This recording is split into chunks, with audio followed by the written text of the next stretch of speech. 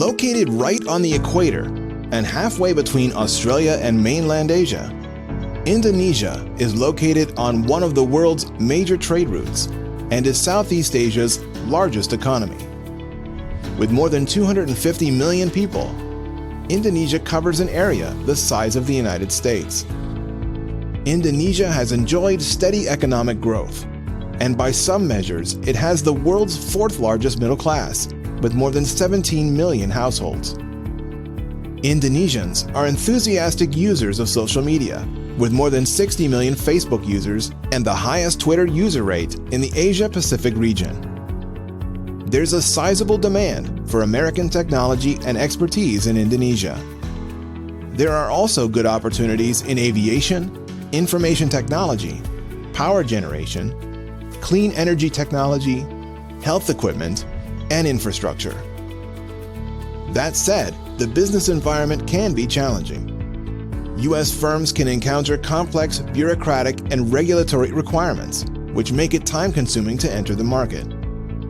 Fortunately, Indonesia's new leadership vows to improve infrastructure, diversify the economy, and reduce barriers to doing business. The U.S. Commercial Service has an office and market experts in the capital city of Jakarta, who can help you do business and find a good distributor or partner. So why should a U.S. company export to Indonesia? I think that Indonesia is a very important long-term prospect and needs to be part of a strategy for companies looking globally. You can't overlook the fourth largest country in terms of population in the world. Indonesia has a growing middle class, so things that appeal to the growing middle class, particularly things like education in the U.S., as I mentioned. One of the top priorities right now is improving the infrastructure in the areas where the U.S. is most competitive and most involved, is aviation and power. And so we see a lot of opportunities in those areas and other technology areas, information technology, telecom, satellites. Those are big company-dominated areas, but those are important. There are important opportunities in those areas.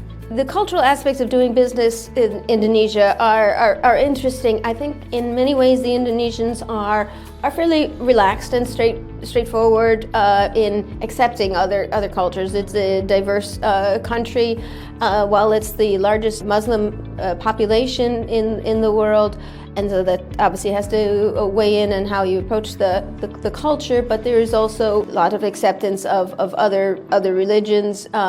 In fact, the Christian and Buddhist holidays are also holidays in the country. So they value that diversity and very warm and relaxed people.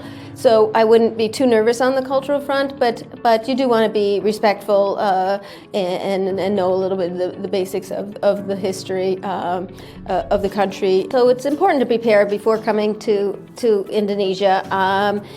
It's a developing country with some weaknesses in the legal structure, and so I do recommend that companies use all available means to help limit their risk in the market. So things like Exim Bank or OPIC insurance for other types of risk you may want to cover. I think it's very important to do extensive due diligence on potential partners or buyers.